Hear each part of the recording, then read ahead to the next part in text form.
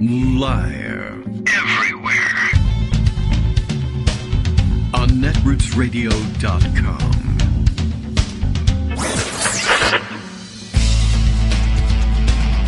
David Waldman.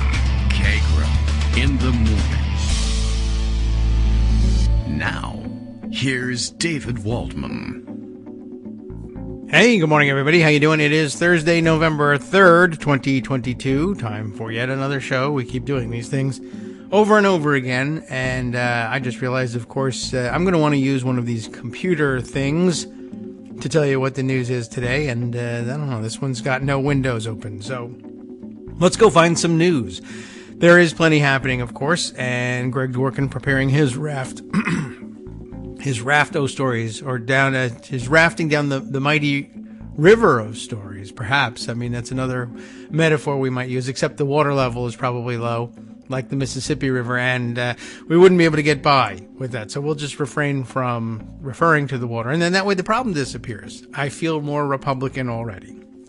Okay, as I said, lots going on. Some developments we need to catch up with. Some developments we definitely need to catch up with, but won't catch up with because there are too many other exciting developments to catch up with. Interesting one this morning I noticed this one at some point yesterday, and it's now been brought to my attention again, but I guess I didn't know what the source was exactly.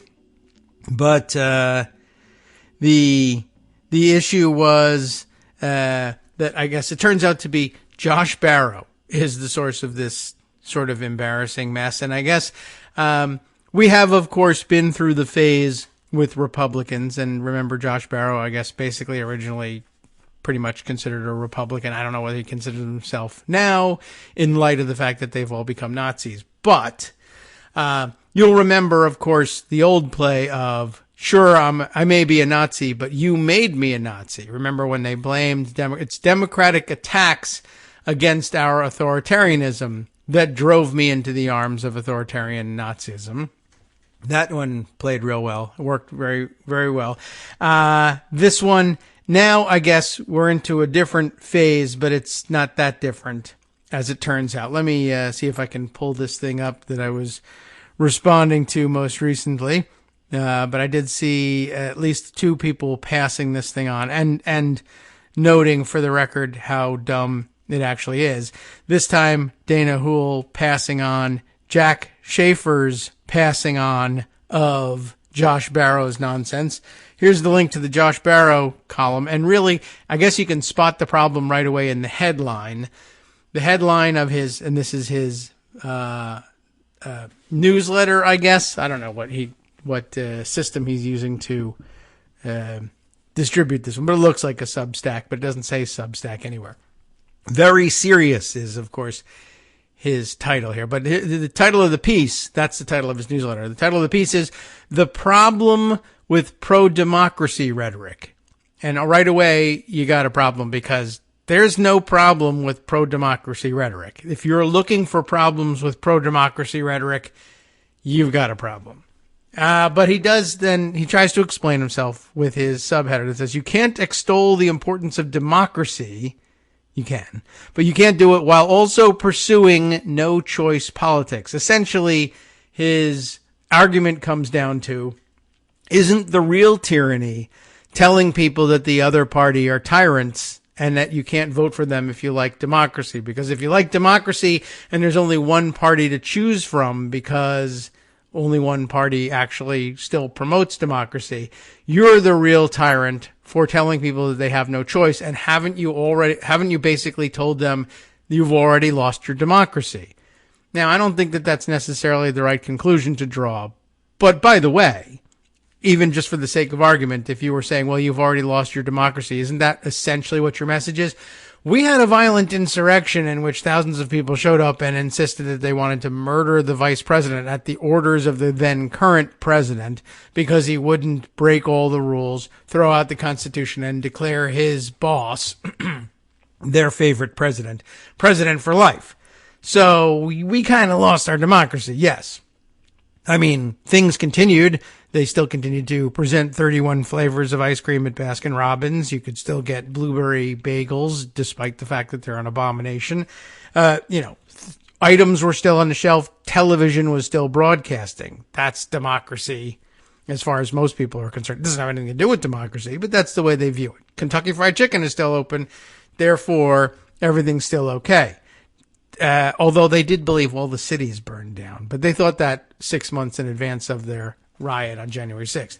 Anyway, I just thought, you should know that the super reasonable voices like Josh Barrow are still out there saying things like, isn't the tyranny we really have to worry about the tyranny of you telling me that there are tyrants out there?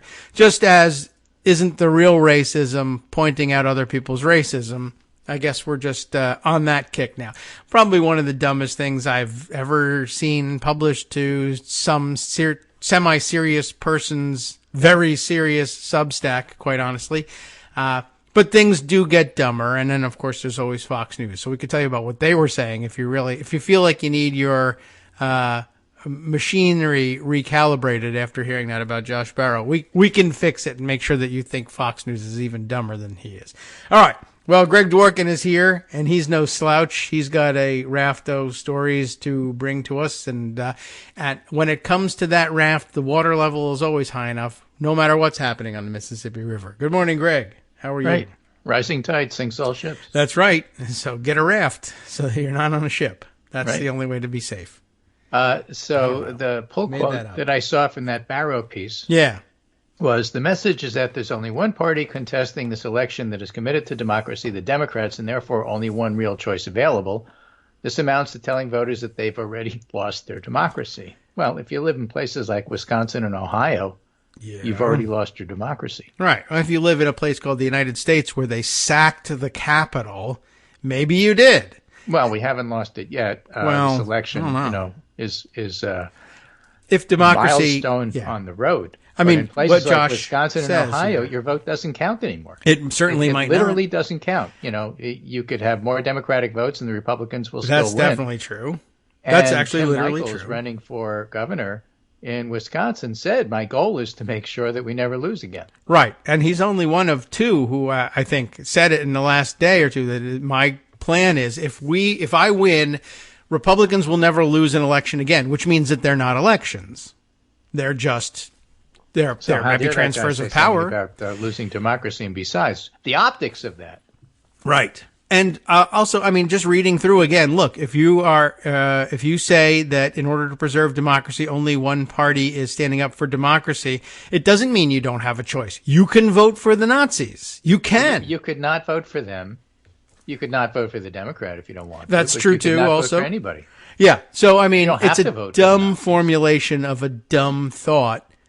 And, well, dumb plus dumb is dumb. I can't help. So Jamel Boy saw that and had 2 or 3 tweets. Which, well, all right. Is not terribly long, but gets the point. There's usually a lot of points in his tweets. He says, because this piece refuses to grapple with either the politics of leading a diverse and broad coalition of voters, and doesn't even attempt to answer the question of Republican agency, it reads like a typical instance of the pundit fallacy. If only, insert political party, would have followed my preferred agenda, they would have succeeded. Yes. That advice is free and plentiful. It also seems frankly insane to look to Hungary and Israel as successful examples of broad, non-ideological coalition parties protecting democracy. Okay. Right. Or as other people have pointed out, if the center doesn't exist, Josh doesn't have an identity, so he's having an issue. I guess so. But, yes, what I was thinking about, the thing that brought it to mind for me was we have been through the phase of, well, I may be a Nazi, but you made me a Nazi. We're now at, you made me make you make me a Nazi. That's how it really works. That's how it works. Yes. So switching topics, I read this really interesting Twitter thread. All right. From a white dude named Tim Wise. Hello, white dude. Which I thought was well worth reflecting on. His latest book is Dispatches from the Race War. All right. And he lectures on racism. And he writes this: as people flee Twitter, or threaten to, in response to Elon Musk's takeover and the harassment that's already spawned and likely will because of less content moderation, some things I've noticed. Please follow this thread and share it because it's sort of important. All right. I'm We're doing following it and sharing it, just like you said. You robot. I don't know. To illustrate the point I want to make, and will shortly make that point. But first, a brief story. It takes place in New Orleans in 1996. I'm sitting in a workshop this time as a participant, not a facilitator. Okay. And we're discussing racism and community building. And after a black woman has been sharing her stories of dealing with racism, a white woman starts to cry, as one does. And when the facilitator calls on her, she talks about how hard this work is and how dispiriting, and she despairs of ever undoing racism, either among some in her own family or professional circles, or society more broadly. She again talks about how hard it all is and how it makes her want to give up sometimes. Okay. So at this point, the black woman who had been previously speaking reached out, touched her leg, and with a cunning snark too brilliant for the white woman to get it, says, "Oh, is it hard, dear?"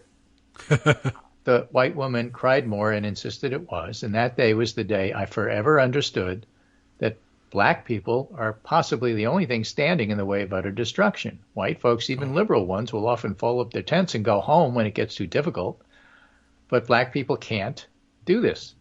They've never been able to do this. They have to stay and fight no matter the cost. So back to the Twexodus. I can't say it scientifically, not even sure how to prove it quantitatively, but I can say that after much careful observation, the people threatening to jump ship are overwhelmingly white. Okay. And even as black Twitter catches the most hell, deals with the most racism, misogynoir, that's misogyny specifically aimed at black women. I see. All the things, all the time, they are here fighting and refusing to concede the ground. So while a distressing number of white progressives talk about how toxic it will become already has and how they just can't be around that, "Is it hard, dear?" rings in my ears yet again. And yeah, I know that women face more than I do as a man. Rape threats are an entirely different thing. I get it. But yeah, so black women face it every day, and they're not veiling the same way. To those white folks worried about Twitter toxicity, please, America has been toxic for black people for hundreds of years. If they can manage to fight on, survive, and thrive despite it, you can deal with ugliness in your timeline. And please know, none of this is meant to romanticize suffering or the strength born of it. It's simply to say that when you've been wading through crap for hundreds of years, you learn how to wade through it. It's just the only choice you have. And when you haven't had to, which is a privilege, it's easy to take your toys and go home, so to speak. I think the white folks who don't do this tend to be those of us whose consciousness was formed by the black freedom struggle, because when that was your entry point for social awareness, you learn that justice is a long game and you might well never see it. Better you come and go without seeing it than not having come at all. But you have to take your piece in the long line of those willing to die for it. White folks who, on the other hand, were not principally informed by that struggle get dispirited easily because they haven't learned from that intergenerational resilience. Some of us came to anti-racism first, then progressive politics. I would say if you come to your anti-racism just as one more thing in your bag of issues, you won't be ready for the difficulty you'll face no matter what issues you focus on in your work life. So if you start with a grounding in the black freedom struggle or develop that grounding, you'll develop the kind of resolve and long view that keeps you in the fight and wards off the kind of despondency that leads many to pack it in. James Baldwin explained it this way: if one is continually surviving the worst that life can bring, one eventually ceases to be controlled by a fear of what life can bring. Whatever it brings, it has to be born. Black people know this. White progressives need to learn it. I thought that was an awfully good piece. And it's obviously relevant for more than just Twitter. When you're looking at this election and you might despair about how things are going, it's the long view. And firstly, we haven't lost yet. More to come on that. Again, there's some encouraging signs in early voting. Everything is telling us it's close. All the narratives are telling us we've already lost. We haven't already lost. There's no reason to be despondent and pack it in, even if you step back and say, look, I'm just looking at this realistically, and we're not doing as well as we would like, but we're not doing as badly as they say, which is probably the state of things, in addition to, and besides, nobody really knows for reasons, and I'll talk about those reasons. There's simply no reason to give up. Just because you have a realistic view of we are not crushing it everywhere, and we might get crushed in places like Florida, that doesn't mean we get crushed everywhere. And it doesn't mean we lose everywhere. Well, I would like to say Josh Barrow has convinced me that Republican pollsters and their reports are anti-democratic. We can't have them telling us that we've already lost our democracy. Well, so pundits, no more use of Republican pundits polling. are obviously, because they've already already taken the House and they're about to take the Senate. Just ask them. So we can't have that anymore. We have to ban it in the name of pro-democracy. So sure Gary Peters, works, who is running the Democratic Senate efforts, like Rick Scott is running the Republican efforts. Right. You never hear still his name. Still thinks that, we'll hold the Senate and might even pick up a seat or two. Great. And note, by the way, that Gary Peters running the Democratic side, you don't hear his name because he's not the story. Rick Scott can't help but make himself the story and because he wants to run badly. for president. Yeah. Interesting contrast. Okay. Yep. Out of your way again. Are the Democrats running uphill and against both ways? The fundamentals, against the narrative, against the political winds, all of that? I don't know. Are they? Sure. Yeah. I mean, okay. because the person in the White House, their party generally loses in a midterm. Right. That's why they generally give speeches all the time. And again, we talked about this. John Sides figures 2 to 3 Senate seats and 40 House seats should be lost on average. And, I think we'll do a lot better than that. And we may do a lot better than that, including in the House. But we shall see. Yes. The other side of the coin is, again, there's some encouraging stuff going on as well. Tom Barnier, as you know, does target early and he does modeled voting. But he took the time to look at actual registered voting this morning in a thread, which is a little different. And right. The point of that is that you can't do that in Georgia because in Georgia, you don't register by party when you vote. At least it's not on your form, and so it's not reported by the Secretary of State. Demographics are, racial composition, age, male, female, that's all reported. But other states do, in fact, tell you Democratic, Republican, et cetera, like in Nevada and Arizona. Yes. And so right. Here's this thread from this morning, if you want a little upbeat opium and optimism. Sure. I just noticed that with last night's update, Dems now have a bigger lead in the early mail voting in North Carolina than they did at this point in 2020. MAIL. Up to that point, it was one of only 5 party registration states underperforming 18 and 20 for the Democrats. But now, no.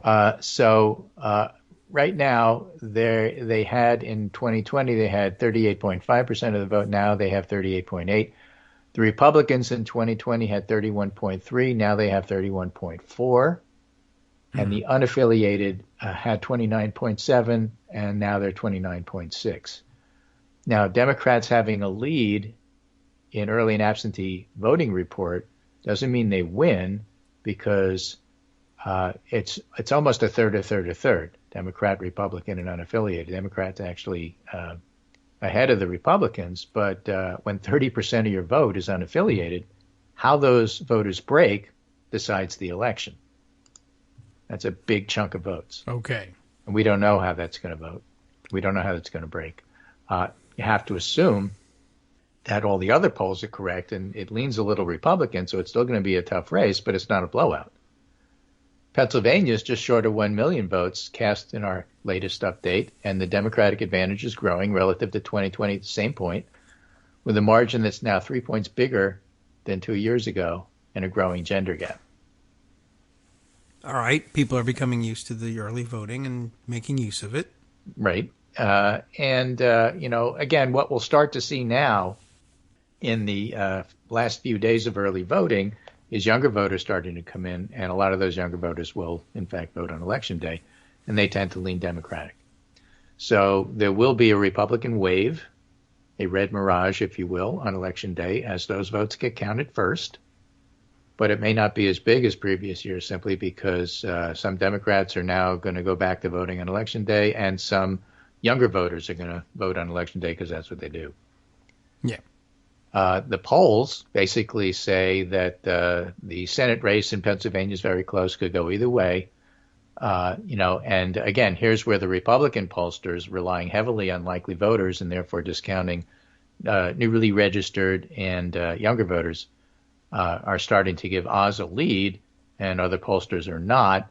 And there's plenty of data coming out saying, I saw that or heard about that debate, and certainly struck me, but I haven't changed my vote. Yep. Okay. We expect that. Right. So still Pennsylvania toss-up, don't know what's going on there, and nobody else does. So when they tell you it's won or lost, don't believe them. Okay.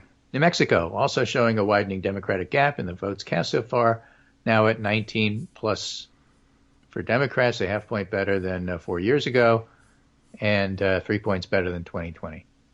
Oregon, one of 4 party registration states remaining where the votes cast thus far show a narrower Dem margin than 18 and 20, though the latest update on Target Early shows improvements for Democrats in the last 24 hours. Party registration state with the biggest early vote mail Democratic margin improvement over 2020 at this point is Iowa. Oh. Is that an indicator that the Seltzer poll capturing something when she said that Grassley was a close race? Maybe. Oh, I don't know. I probably have some dramatic music to add to that if you want.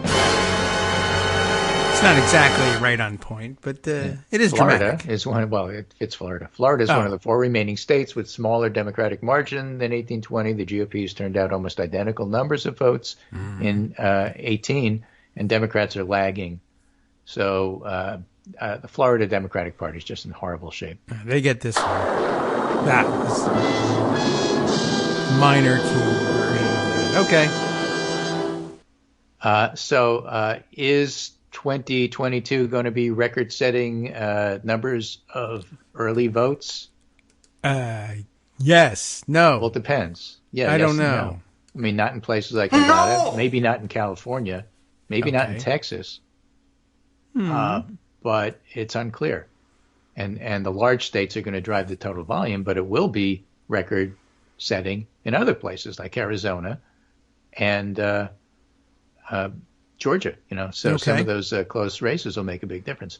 In Arizona, Democrats are accounting for a larger share of votes cast than they were at this point in 18 and 20, though their margins are similar, very close. And Nevada looks like Arizona. The Democratic margin is better than 18 and slightly behind 20. So when John Ralston looks at the early vote, the reason he says it's too close to call is because which year are you really supposed to be comparing it to? The 1890.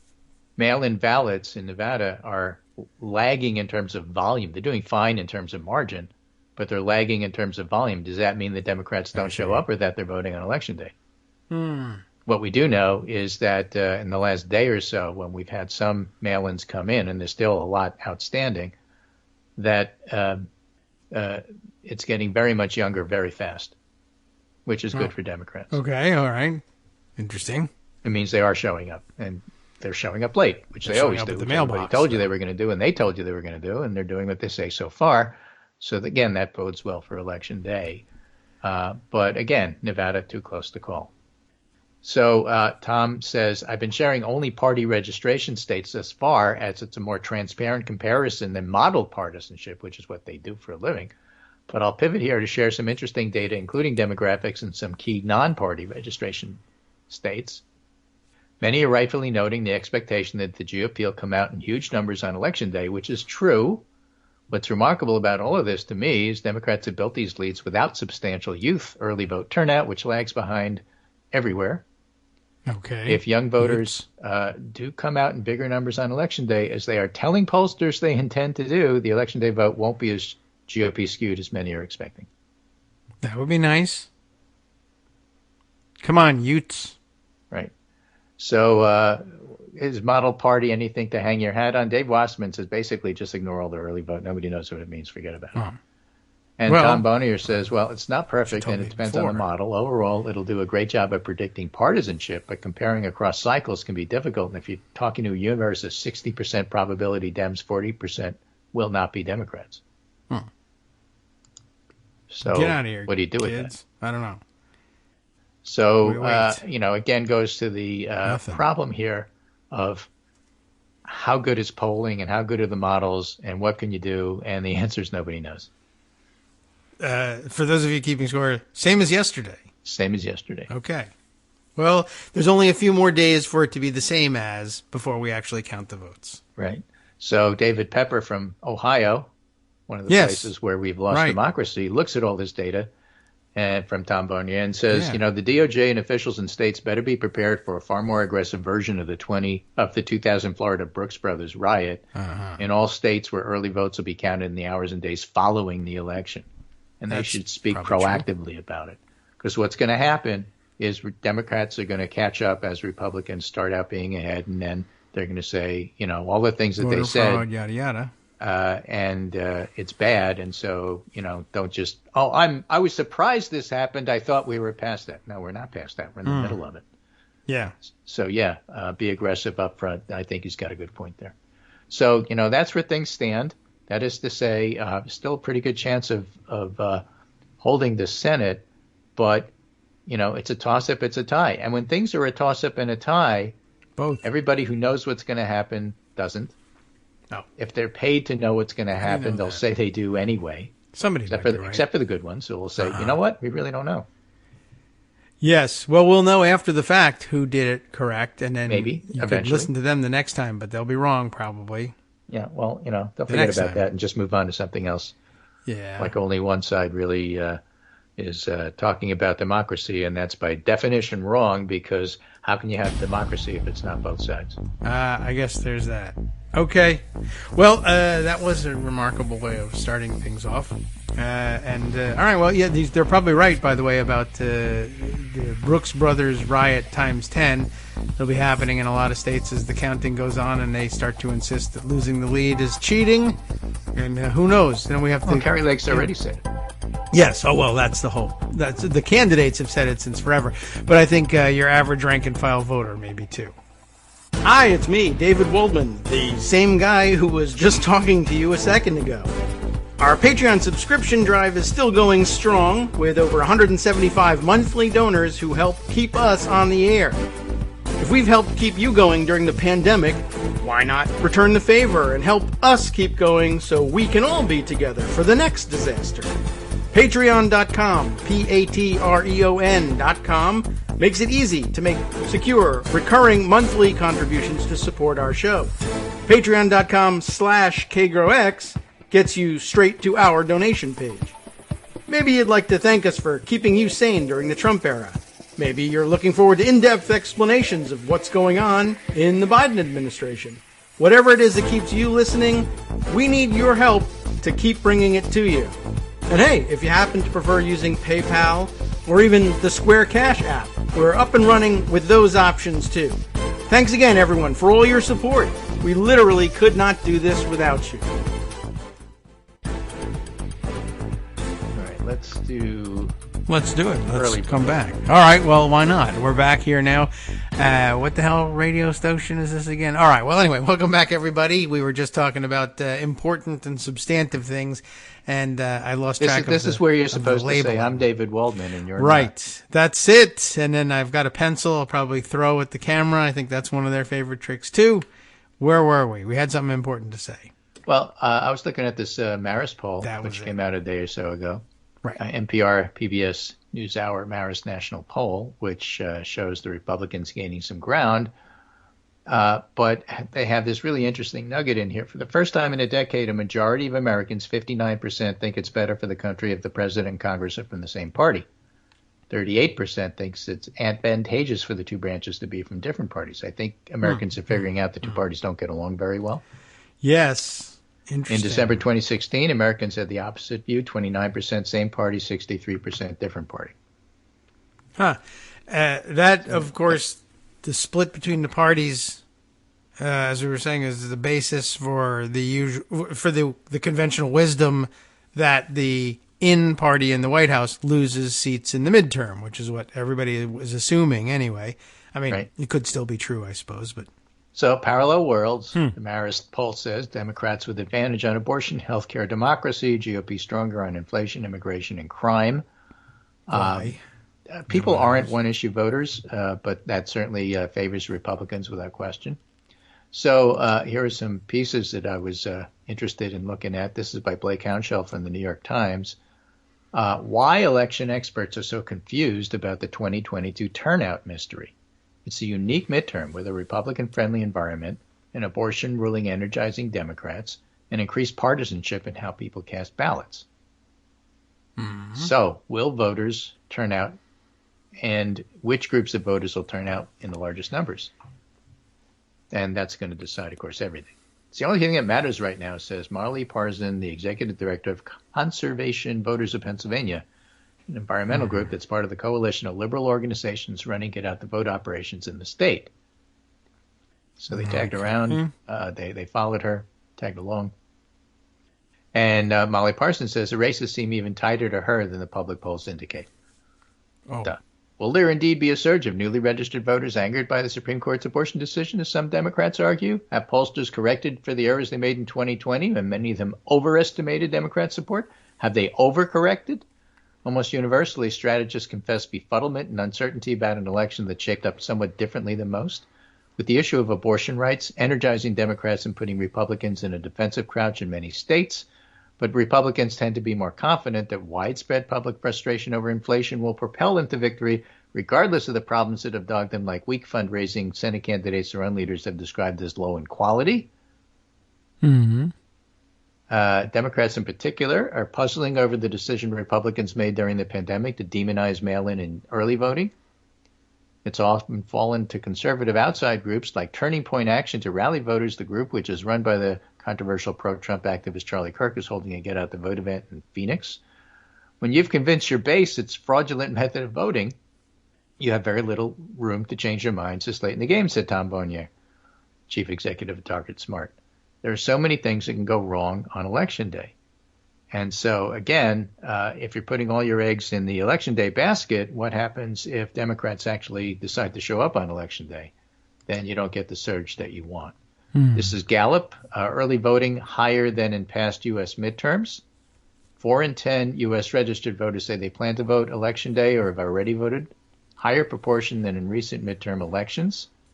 Significantly more voters plan to vote before Election Day this year, 41%, than did in 2010, 26%, the first time Gallup asked the question in a midterm election year.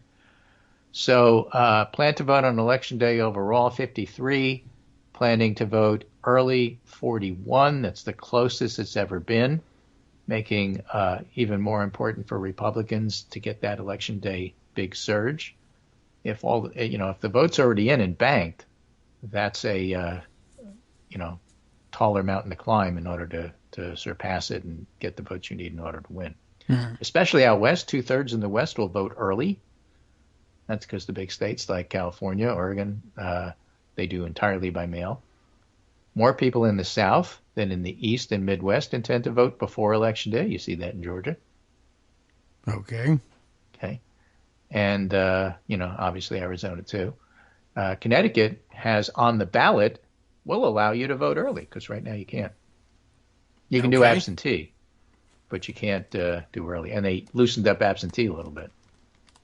Yes. Okay. I was eligible for absentee for the first time during the pandemic. And, they sent me a, do you want to do this again, from the Democratic Party? And I said, no, I'm going to vote on Election Day this time. Thanks. Oh. Okay. So my sample of one says, yeah, there are some Democrats who voted early before who are going to wait for Election Day this time. That's true. Speaking to that phenomenon, I just happened to notice Amanda Carpenter outlining, I guess, what conservative who posts at the Bulwark these days. Yes, and who's it's carried forward to me by Garance Frank Ruda, who notes that this is a conspiracy theory that may cause Republican voters to surge to the polls in the last hour of voting. Apparently, they've decided that. Amanda Carpenter says an aide to Republican Maryland Attorney General candidate, a Trumper and an election denialist, is asking supporters to vote as late in the day as possible. And to come up the works. And to form very long lines, because it would help us. It'll make the younger Democratic-leaning voters who might wait for Election Day and might wait for the last minute on Election Day show up and then say, to hell with this, I'm not waiting in this line. Yeah, I've heard that before. That's been circulating for a while. It sounds like an old pretty thing. Stupid to me. Of course, the one thing you could tell them is that's right. You should vote as late as possible. I would recommend getting to the polls no earlier than 9 p.m. Or better yet, the next day when the lines are right. sorted. Yeah, the lines are only going to get longer overnight, so you might as well wait until the next day when all the stragglers who struggled through the line, you got to show up on Wednesday to be really certain. Yeah, Go and land on the sun at night when it's cooler. Mm-hmm. So, yeah, it's a thing, and apparently, let's see, it's circulating in all the right circles. That would be like both in Maryland, where what's his name, Dan Cox is running, and then Doug Mastriano, apparently his people are circulating the same thing. So, right. There you go. Other interesting nuggets from Gallup: early voting by political party. U.S. registered voters in recent midterm elections. Percentage already voted or plan to vote before Election Day. 54% of Democrats, 38% of independents, and 32% of Republicans. And since 2010, that Republican number hasn't budged. Straight line. Okay. Whereas everybody was doing the same thing until 2018. In 2018, Democrats started voting early in greater numbers than Republicans by a tiny amount. It was still pretty much tied. But by 2022, really a dramatic difference. Okay. So we can expect when you look at all the numbers in terms of the early vote that it's going to favor Democrats. That doesn't mean Democrats win, but it's totally consistent with everything that people say that they're going to do. So I thought that was interesting. Aaron Blake flags this observation from polls. The percentage of Republicans who say we're doing too much to support Ukraine. Too much. Yes, right. Too March, much Wall Street Journal, 6%. March, Pew, 9%. May, Pew, 17%. September, Pew, 32%. Today in the Wall Street Journal, 48%. Too much. So it's becoming a thing that if the Republicans take the House by any large number in a week, then it's going to be harder to get support to Ukraine. So Democrats would be wise, if they could, to lock in whatever they could in the lame duck. That's got to be one of the things on their agenda, if that should happen. Reminder there, too, you should spend some time over the weekend going back and reading the transcripts of those recorded conversations that became famous for the Kevin McCarthy, I think Putin pays Trump comment. The rest of the commentary is from Republican leadership talking about the maniacal plan on the part of the Russians to undermine democracy in Ukraine and how we had to do everything we could to help the people who are fighting for their very lives and their very freedoms right on the front line with Russia. And that's Paul Ryan and Steve Scalise is there, and Kevin McCarthy is there, but making dumb jokes. But McMonkey McBean, what's her name again? I can't remember.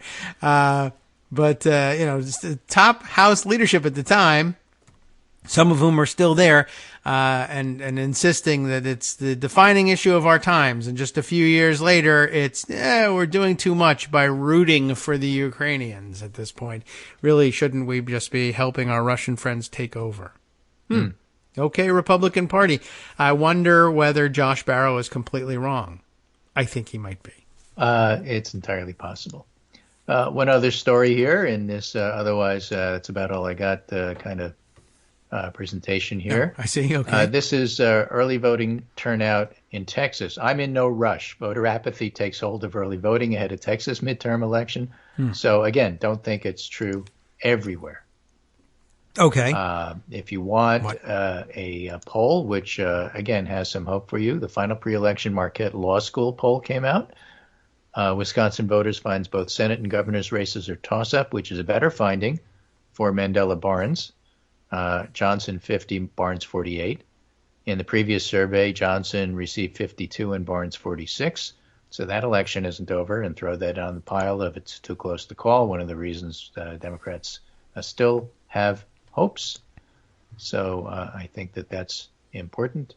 And then the Fox News poll came out on Fetterman and Oz, which was interesting.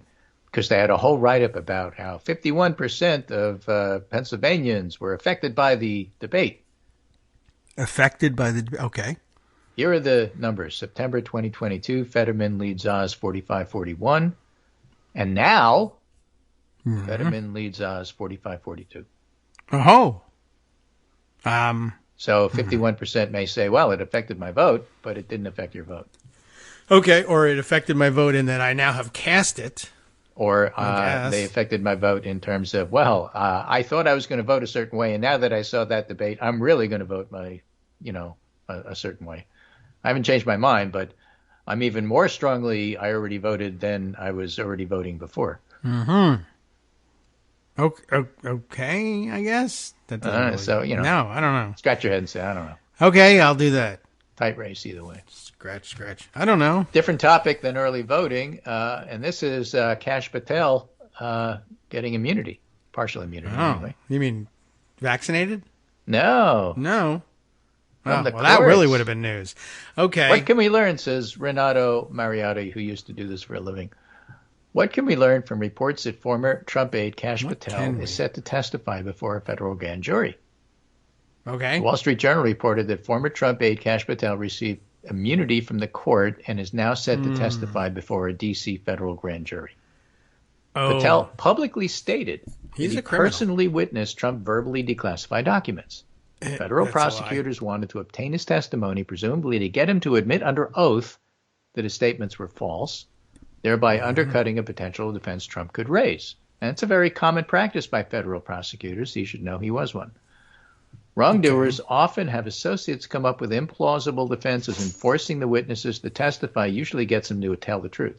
For example, when I was a federal prosecutor, did I mention he was a federal prosecutor? Yes. I would subpoena the target's girlfriend to testify that if she provided an implausible ally to attempt to exonerate the defendant. The point isn't to prosecute the girlfriend. It's to firm up your case against the main target. So in this case, Kash Patel previously asserted the Fifth. That would be the Fifth Amendment. Yes. Not a fifth of bourbon. Oh. Which was a rare display of good judgment on his part. Prosecutors argued he couldn't assert the Fifth because lying to the public about what Trump said isn't a crime. Lying to the public about what Trump said? It isn't? Okay. And if there's no potential crime, you can't assert the Fifth. Aha. So now I'm confused. Patel was right to assert it, given that an argument could have been made that he was part of a scheme to obstruct justice, but now that he has immunity, he has to testify. You can only take the Fifth if there's a possibility your answer could incriminate you. And if you have immunity, your answer can't incriminate you. You have to answer. So while this protects Patel, it makes it hard for him to resist testifying. And that's precisely why prosecutors took the step. It demonstrates their target is Trump and not Patel, who would likely not have been charged anyway. This suggests that DOJ is seriously considering charges against Trump and building a case. It also suggests they'll bring the charges in D.C. because this is a D.C. grand jury. Crimes have to be charged in the place where they occurred, and some crimes relating to Mar-a-Lago occurred in Florida, but crimes can occur in multiple places, and the Department of Justice has many reasons to prefer D.C. Yes. No Judge Cannon, for one.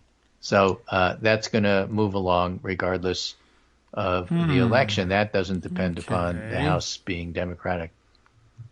Maybe. We'll see if there's laws. Chuck Schumer's Senate Majority PAC and his Georgia Honor affiliate are out with their closing $24.5 million buy in 7 U.S. Senate races: Pennsylvania, Arizona, Georgia, Nevada, North Carolina, Wisconsin, New Hampshire, all the ones we've identified. So the action is exactly where we think. Make of it what you will. Similar to what the Republicans are doing, except Republicans are also defending Ohio. All right. Now, why? Because they have the money and it's smart to do that because, you don't want to get backdoored losing in Ohio when, in fact, Tim Ryan is doing really well and J.D. Vance is awful. Yeah, I mean, I want them to, but that doesn't mean they're going to agree. Let's see. Michigan, with Gretchen Whitmer being ahead by a lot in the latest Epic MRA poll this morning. I think it's something like 13 points, is an interesting study in the different worlds of Democratic and Republican pollsters. And let me go to 538 and Governor polls and give you an example of that. There's a double-digit lead. I think, if I recall correctly, Whitmer is 54 over Tudor Dixon. All right. Whereas Emerson College has Whitmer up by 5, and Signal, Cygnal, Signal, has Whitmer up by 6. Insider Advantage, which is a Republican-leaning poll, has it even. WIC has been a Republican-leaning poll, and they have Whitmer +1. A Citizens United KA Consulting Republican poll, Whitmer by 7. So depending upon which pollster you look, it's either a lot closer than you think, or it's really not close at all. Okay. What? Okay. All right. That does and it depends upon who the pollster is, in other words. I see. Okay. And if you're looking at New York, for example, here's maybe a clearer example. Emerson College has Kathy Hochul up by 9, and Trafalgar has Zeldin up by 1. All right, sure. Right? KAC Consulting, a Citizens United Republican poll, has Hochul up by 1. Data for Progress has Hochul up by 12. I see. So, is New York closing with Democrats worried about what's going on or not? I don't know. You can't tell by public polling. It's all over the place. All right. Well, this isn't good. People, I know in New York think, it's tightening because everything tightens. But, the New York City has to get the vote out. And if New York City gets the vote out, we win. And if we don't, we lose. Yeah. And again, the kids has to show up and all the other stuff that applies everywhere else. So, it's not good for the future that's, again, goes back to the whole idea that people really don't have a sense of what's going on. But, people will write about it anyway. I guess. We don't know what's going on, but let's just write up that Democrats are anxious. Same among voters. We also don't know what's going on, but we will answer your questions as though we do if you call us. Right. So, okay. Very, very hard to know. Anyway, so that's what I have today that I thought was most important. There was an interesting piece on Kanye West. Okay. Now known as Ye, the artist formerly known as Kanye West. Yeah. I hate to use that formulation because Prince is a star and Kanye not so much. Ye paid a settlement to former employees who alleged he praised Hitler and Nazis during meetings documents show. In addition, 6 people who have worked with Ye or witnessed him in professional settings over the past 5 years said he heard him praise Hitler or mention conspiracy theories about Jewish people. So this is a long-standing thing. People knew. They worked really hard to keep that out of the press. So it's not just a one-off. Okay. Well, I believe that, I guess eventually we come to the conclusion, many people already have, but I mean, I'm wondering whether history's ultimate conclusion, if there ever is an ultimate historical conclusion on a figure like Kanye West, like, I don't know, do we render opinions? Are we just going to say, in the end, mentally ill from 1999 on, or what? I don't know. I don't even remember when he burst on the scene, but maybe he was mentally ill at that point too. All right. And he's not rhyming these things about Hitler, is he? It's not rap. It's just him talking. No. Okay. So I'm wondering. It's not artistic in any way. Yeah. I'm in no position to comment on his artistic skills. I couldn't help you, but I mean, if it rhymes, I guess it means something. That's not good. All right.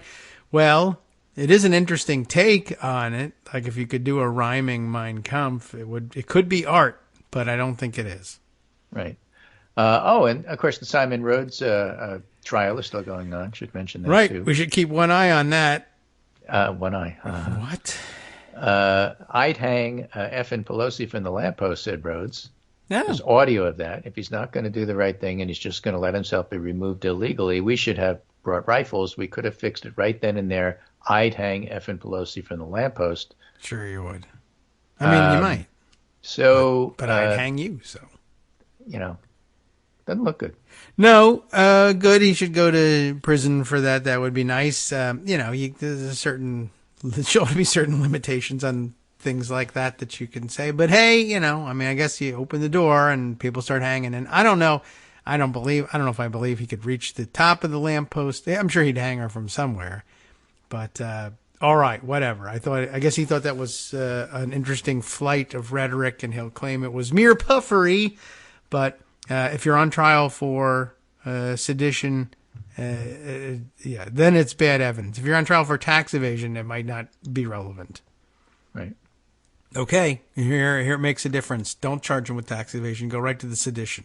Did we mention that there was an endorsement for governor in the Republican-leaning state of Oklahoma, where Kevin Stitt is scandal-plagued, and some polls again have him very close to the Democrat, and some polls have the Democrat leading, and the Republican polls have him up by 15. Well, it's a crime-riddled hellhole of a state. So remember J.C. Watts? Yes, I do. Republican. Yes, a Republican and a popular figure. Always like certain people have certain descriptors that always go with him. Always rising star, J.C. Watts, and then he stopped young rising. J.C. Watts, who's not as young as he used to be, right? Who is has gone public with the support of the Democrat Joey Hofmeister. All right. I mean, he was a rising star because he was a Republican. He was a rising Republican star. And I guess he probably is still Republican, just telling you when it comes to voting for governor, he can't take it anymore and he's going to vote for a Democrat. Yeah. All right. And that's at the state level, too. It's not even necessarily, it's not about, well, you can't make Kevin McCarthy the speaker, or you can't have Congress in control of the Republican, or in Republican hands. He's just saying basically everywhere it's a bad idea to put things in Republican hands. Okay, I'll take it. Blake Allen, who describes himself as a former campaign finance hack, says U.S. Representative Tom Cole's network is at bare minimum actively neutral in the governor's race, and in reality actively hostile to the governor. That's a big deal, just not just in areas like District 4, but among the old guard in the Oklahoma GOP as well. If Cole is allowing them to freelance against Stitt, then they will. Okay. And none of it guarantees a Hofmeister win, but it's elements that will allow a route to open that otherwise might not. Republicans in Oklahoma rely on monster numbers in the rural and exurban communities, and the rural numbers won't be as overwhelming this cycle. Well, I mean, look, I hope it changes some minds. This will be where you find out just how strong J.C. Watts's pull is in rural Oklahoma. They might rediscover what his skin color is at some point in the rural climes, and they might say he's lost his mind. Like Kanye West, he's gone batty in his old age. Right. Good job, Blake Allen JC. puts it, you can only upset local power players so much until something snaps. And as my friends at Split Ticket put it, in Oklahoma, it's state partisanship versus everything else. Okay. Yeah, well, scandal plague will get you in trouble occasionally, even with Republicans, so that's nice to see. There's a lot of this sort of breakout cross aisle endorsements going on. Of course, we've seen a lot from Liz Cheney lately. That's to be expected. Did you notice Andrea Mitchell's discussion of the political violence in the atmosphere? I did not. I'm doing my best not to watch cable TV this week. I didn't see it myself, of course. Someone else was circulating it. But apparently she was both sidesing the Pelosi attack, which I guess it still surprises, even when it should be no surprise, by saying, well, Republicans are coming under threat, too. There have been all sorts of threats to the safety of Republicans, Liz Cheney and Adam Kinzinger, for instance. So both sides are doing it. And, nobody pulled her aside, maybe after the fact, and said, it's Republicans threatening Liz Cheney and Adam Kinzinger, though. You understand that, don't you? I mean, you've been paying attention to the news. It's your business. Oh, my. Perhaps not. So we'll see whether that changes. There you go. Now, here's a nugget from Ron Brownstein, who's noting a recent NALEO, N-A-L-E-O, Latino tracking poll out today, showing them holding, Democrats are holding at 64% of the two-party Latino vote for House, and Kelly in Arizona drawing more than that. Unclear. They don't have any data on Nevada. Oh, Nevada hiding the ball once again. So not vigorous, NV. again, so there's a reason to be optimistic, both in terms of the early vote coming in the way it is, and as far as Kelly goes for Senate. The Katie Hobbs, Carrie Lake is still too close to call, which is upsetting. Carrie Lake is a far more skilled politician than Katie Hobbs is. Even more so. And the successors to Trump among the growing crop, she too a rising star. Maybe she'll take J.C. Watts's path and retire and be his vice president when he runs. She's quite interested in that, and then of course not interested in being Glenn Youngkin's vice president. Though we did find that out. Right. Exactly. Okay. All right. Well, yeah, it would be nice to put a stop to the Carrie Lake juggernaut early if we could. Ron DeSantis apparently hinting or letting it be circulated that he was saying that he would not oppose Donald Trump for the nomination in 2024 should Trump choose to run. I don't know how official that was or whether that was rumors being circulated about it. I mean, I think that's a calculated play, looking to not be antagonistic with Donald Trump, but he may jump in anyway if he feels like, certainly if he feels like he can steal it away from him, he'll do that. But I don't know. So now strategic play by people who might have designs on running for president, trying to decide whether it's best to stay on Trump's good side for as long as possible, or if your name recognition isn't everything that you want it to be, do you want your name out there? It'll be interesting to see how people play it. All right. Thank you, Greg. We have come to the end of this segment. Time for you to run, but not yet time for the music. There's like at least 1 second left before we play the music. Now we're in it. It's Thursday, so this means we see you again on Monday. We have to wade through the weekend on our own, but we can still catch you on Twitter. Day. Right. So we'll pregame that on Monday. Voting will be over in some states. Yeah. So, right. Yeah, we'll have more to say. That's all right, true. We'll see you then. Very good. And you're sticking with Twitter because you're not running away, so we can talk to you there. I'm sticking with Twitter, and I'm not running away. Okay, great. But you're not paying them any money. I am not paying them any money.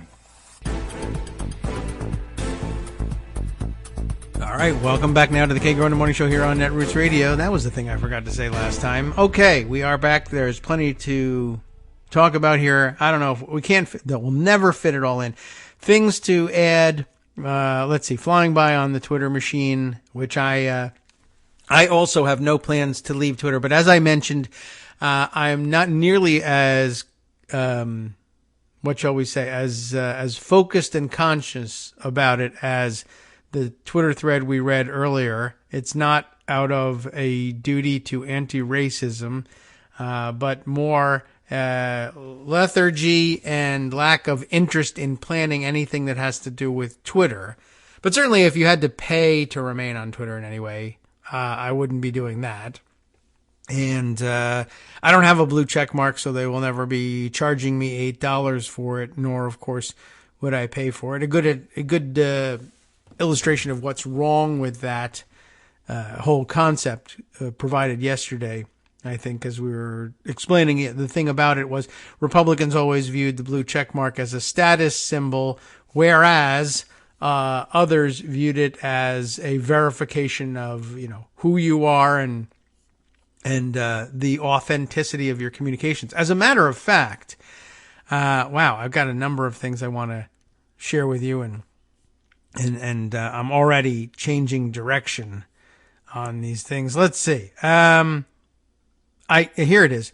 I saw something yesterday, a very interesting thread about the blue check mark. Didn't intend to talk about it, but because it came up, because I'm talking to myself, and I can't be steered away from it, I have this from Rob Kaczynski, an actor, the Rob Kaczynski. That's how you would find him on Instagram, as it turns out. He uses the thing, as celebrities often do. But Kaczynski, with whom I'm not particularly familiar, that is to say, not at all, but I didn't want to insult the guy. But anyway, I'm not familiar with a lot of people who are famous actors and very much accomplished, and don't look to me for that because I'm terrible with the names. And I do like to try to recognize actors from one movie to the next, but I'm not particularly good at it. Anyway, Rob Kaczynski writes probably the most convincing argument about the blue checks that I've read to date, and it's my hope that to the extent that Elon Musk is a serious-ish person and takes advice seriously, and I don't have any evidence, in favor of that theory, maybe he'll read it and change his mind. I mean, I don't know. Anyway, Rob Kaczynski says this: years ago, before verified accounts were a thing, back when I was on EastEnders, and that I recognize as a popular British television series, and I guess this guy was on it. He says so. Anyway, I haven't verified that, but I have verified that he is, at moment, he's verified as the person he says he is on Twitter, and that's what's important here. So back years ago, before there were verified accounts, back when he was on this very popular British TV show, EastEnders, I was contacted multiple times by parents of children who had been, and he says, quote unquote, conversing with me online. And really the quote unquote should have been around the me, conversing with quote unquote me online. You see what he's getting at? 11 to 15-year-old children that had been talking with a fake me. I was informed one of these children went missing. I didn't have social media at the time. I didn't understand it. It's a horror show. For years, people pushed for some way to root out the fakes. There was a phase, if you remember, of people posting images of themselves with their URL. I did that on every site I could find. Facebook, MySpace, Bebo. I don't even remember Bebo. Anything. And nor do I remember this phase of posting images of yourself with your URL, but maybe that's something famous people had to deal with. Anyway, that's why verification came to be, not as a status symbol, but that because it was important to protect people. It wasn't for clout or for leveraging money from a platform. It was to protect people from utter scumbags. I think that perhaps in this age of social media, there are some CEOs who may have forgotten the importance of protecting people, of having trustworthy sources. I don't tweet much, Rob says. I mean, I tweet too much. I am scared of the internet. I struggle with a lot of things in life, but this account exists so that fake accounts can't. You see what he's getting at here? He doesn't love Twitter so much. They can't wait to have a Twitter account and get on there and speak to people as the verified version of Rob Kaczynski. But he has a Twitter account and has it verified so that he can park it there so that anybody else who shows up and says they're Rob Kaczynski, with a little bit of due diligence, you can figure out, oh, that's not the famous one from EastEnders if it's a legitimate Rob Kaczynski at all. It could be somebody else named that, but it's not the one you're thinking of. And so if your 11 to 15-year-old child is being messaged by that person, know that it's not the famous actor from EastEnders, at least. That's true. That's kind of what verification was really all about. I don't know if it was necessarily about protecting children from online predators, but it didn't hurt to have that as a purpose or as an ancillary benefit. It's just interesting that that story is being told. And he says, it's a nightmare, not only for, of course, the parents of these children or the children themselves, but also for the celebrities who end up being, framed for activity that I think, certainly universally reviled activity, preying on children online, and to be able to damage someone's reputation by faking being that person. That may not even be a goal of what the person is who's perpetrating it is doing it. They just want to be able to prey on others and leverage the trust that someone else's name might have in order to do it. Though they may also be about, damaging a public figure. You could certainly approach it that way. Anyway, so as he says, I don't tweet much. I'm scared of the internet. I struggle with a lot of things in life, but this account exists so that fake accounts can't. If Elon Musk removes that simple ability to protect people, to protect children with verification, then this company is dead in the water. I don't know if it's been expressed to him. I doubt he will see this thread, although now we've done our part in retweeting it enough times. Maybe he will see it, and it does have his name in it. He is tagged, so maybe he'll see it. I doubt he will see this thread, but I hope someone is explaining to Elon Musk, putting his name in there again to make sure that he does see it, explaining to him the actual dangers to children and the vulnerable and why removing that protection is an action that will lead directly to a child being endangered. Verification is a public service, and all the more reason not to be charging for it. It's a good deed performed by companies who contribute very little good to the world, in my opinion. We should be making it easier. We should be making easier, clearer paths to verification for everyone, not making it harder. It is their responsibility, not a business model. And that is a most excellent summation, not only of the value of verification, but the value societally of that verification, and that it is, in fact, a public service and a responsibility of the platform, not a business model. And of course, the idea that you could sell verification, sell blue check marks to people, well, then you just go ahead and buy yourself a check mark and then prey on children with it, or fake yourself a verification. I mean, note that he, I guess, goes publicly as Rob Kaczynski, but you'll note that he is, you'll note because I tell you to note it, damn it, that his handle, the actual address on Twitter is Robert Kaczynski, which may or may not mean that Rob Kaczynski, as he tends to, I guess, go by in public, may already be taken. Let me take a look at that. I'll search Twitter for that. Just Rob rather than Robert, because it's Kazinski. Rob Kaczynski belongs at the moment, let's see, there's a Robert Kaczynski com. I don't know what that is and whether it's actually related to, but it's not verified, but it might be like a fan account. There's another guy who is Rob Kaczynski S with the S on the end after the Y. I don't know if there's a Rob Kaczynski. It doesn't exist. There's no Rob Kaczynski, but I don't know. I don't know. Maybe he goes by, I don't know the guy, but at any rate, the point is someone else could, because it says that there's no account of it. I guess you could go and sign up as Rob Kaczynski and then put his picture in there and then buy yourself a check mark for $8. That's what he's proposing, right? It could be for anybody. So you just do that, and then you'd see Rob Kaczynski, you'd see the guy's picture, and you'd see a blue check mark that somebody's paying $8 for, and then you'd think that means that Twitter believes that this is actually the person in the picture, when it is in fact an imposter, and who knows what they're doing with it. But an excellent example, certainly protecting children. But I love that at the end, even if that doesn't somehow register with you because you're a hypocrite about these things, and while you're busy accusing everybody of pedophilia and being vampires, you really are one yourself, and you're planning on using this method to prey on children. I don't know.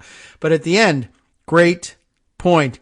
Verification is a public service, and to sell it would be, is to undermine the entire purpose of it, really, honestly, for a number of reasons, and not the least of which is that this is something that Twitter implemented to try and restore some semblance of order to the Wild West format here, and all the problems that can be caused with electronic impersonation of anybody, celebrities or otherwise. So, all right, I thought a great argument. Let's see. I meant to have made my next story be a continuation of the stories of Republicans crossing lines to offer endorsements of Democrats because they disagreed fundamentally with Josh Barro. So why not bring out all the heavy hitters to tell you that Josh Barro has it wrong? This is an interesting piece I saw circulated on Twitter. It comes out of the Salt Lake Tribune. I don't know how it reached me, why it reached me, but it did, and it raised an interesting point. It is the, I guess, op-ed type contribution of one Stuart Walls, who is a name of some note in Utah. Stewart, former Assistant U.S. Attorney for Utah, who, as a federal public servant for over 41 years, was constantly reminded, as he says, of his duty to the Constitution. Why would that be in the little bio blurb about the author of the piece? Well, you'll get a sense of it if I read it to you rather quickly. Stuart Walls says, John Huntsman, you remember him, he ran for president once, he became ambassador to China, etc. John Huntsman is wrong to support Mike Lee. The former Utah governor, Huntsman, one of his other jobs, Utah governor, says that Senator Lee is loyal to the Constitution when he clearly is not. I thought this laid it out in pretty stark terms, which is why I'm giving time over to Stuart Walls here.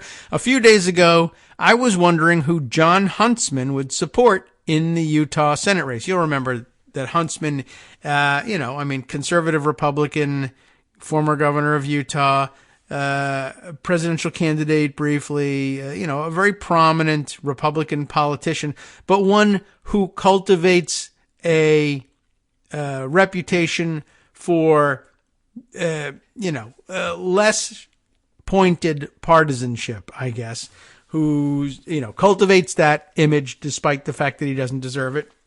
And this is really more evidence that he doesn't deserve it. And I guess Walls must have been looking because he thought at some point that there was some chance that given John Huntsman's cultivated reputation, he might, in fact, as other Republicans in other states are doing, stay away from endorsing outright Republican candidates whose, support for Donald Trump makes them just too dangerous to include among elected Republican ranks from here on in. So he watched closely, and he was bitterly disappointed, essentially. A few days ago, I was wondering who Huntsman would support in the Utah Senate race. On October 25th, I saw, for the first time, Huntsman's commercial supporting Mike Lee. It's linked here, so you can go and take a look at it if you want. In it, the former Utah governor mentions Lee's fidelity to the Constitution. It appears that Huntsman, an otherwise dedicated and effective public servant, has been blinded by his personal relationship with the senator. How else can Huntsman's failure to connect the dots between Senator Lee and Lee's continuing and unwavering support of the man who fomented the greatest threat to our Constitution and our form of government, Donald Trump, be explained? Lee often says he, quote, reveres the Constitution. Actually, he does not. That's pretty blunt. My thesis is simple. One cannot revere or be faithful to the United States Constitution and support Donald Trump in any way. That is also crystal clear. Wow. But not only has Mike Lee not condemned Trump, he has gone so far as to say he should have supported Trump in 2016, when, ironically, he voted for Evan McMullin for president. And, of course, the irony here is McMullin now opposes Lee for the Senate, and Huntsman won't have anything to do with it. So, okay. So, anyway, Mike Lee supported Evan McMullin for president, but won't support him for Senate. But that's because if he supports him for Senate, he loses his job. But okay, not only has Mike Lee not condemned Trump, who he has gone so far as to say he should have supported Trump in 2016 and will support Trump for president in 2024. Trump exhibited a pattern of disdain for the Constitution prior to January 6, 2021. More on that later. And his disdain for it continues to this day. To be sure, anyone can disagree with parts of the Constitution as unwise or outdated, but when you raise your hand and swear to support and defend the supreme law of the land, you cannot pick portions to violate. Yet that is exactly what Trump did when in office and what he continues to do. When questions were raised about the propriety of Trump's profiting by having the government do business with his interests, Trump labeled the emoluments clause, remember that one? We only ranted for that for 5 years. Trump labeled the emoluments clause, quote, phony. I trust not even Lee thinks that part of the document he pretends to revere is phony. while in office, when Trump was told by an advisor that the actions Trump wanted law enforcement officers to take were illegal, Trump said, go ahead and do them anyway. He would simply pardon the officers. Surely the pardon power was not written into the Constitution so a president could order his subordinates to violate a criminal law and thereby commit a crime himself and then pardon the actors. Abusing the pardon power seems to be a favorite ploy of the former president. While not unconstitutional, Trump pardoned former cohorts Michael Flynn, the notorious spy, Roger Stone, and Paul Manafort in moves that suggest he did so to remove any incentive that those men would have to testify against Trump. Unfortunately, that is not all. Recently, Trump stated that if elected president in 2024, he would pardon January 6th rioters. Why would he say that? Could it be that he wants those who, at his urging, went to the Capitol on January 6th to be available in 2024 in case he needs to try to overturn another election? While the grand jury is out on whether Trump will be charged criminally for his actions and rhetoric on January 6th, one fact is immutable. Trump violated his constitutional duty to prevent and then stop an attempted coup that was contrary to the heart of the Constitution. The very heart, I would say. The Congress had the constitutional duty to open and count the electoral votes. Yet, as chief executive, he did nothing to protect Congress so it could carry out its constitutional duty. Since that time, Trump's continuing refusal to accept the validity of the 2020 election and his support of election deniers threaten the validity of future elections. It is beyond debate that the election was not stolen. Even Trump's last attorney general, William Barr, who tried hard to fulfill Trump's view that the attorney general is a president's personal lawyer, still said the election was valid. Yet Lee does nothing to contradict Trump and will support in the future the man who continues to undermine our electoral process. Which brings us back to the former governor. Huntsman said on January 7th, 2021, interesting date, quote, "Our light has been dimmed by repeated reckless behavior by our president, who has shown time and again he cares more about his own ego and interests than in building trust in our ever-fragile institutions of democracy." Despite that, he says that Lee, a man who was unwavering in his allegiance to Trump, a would-be despot who sees the Constitution as inconvenient to his thirst for power, is faithful to the Constitution. Huntsman cannot have it both ways, and a man with his pedigree should know better. The fact that Huntsman does not shows how far we have fallen. And that's the conclusion. And it was quite forceful and blunt, and not all that long, and well worth adding, I think, to the mix here. What was it that I said? I was reading along up at the top and saying, oh, more about that later, and now I forget what it was and where we wanted to go. But maybe a quick visit to Pocket will remind me of what I had in store for you. Gosh. Let's see. Was it about this? Let me see. Now I have to skim through the whole thing again just to make, let's see. Dedicated public, personal relationship, unwavering support, reveres the Constitution. Thesis is simple, right? Can't support the Constitution and Donald Trump in any way. It's not feasible. Dang.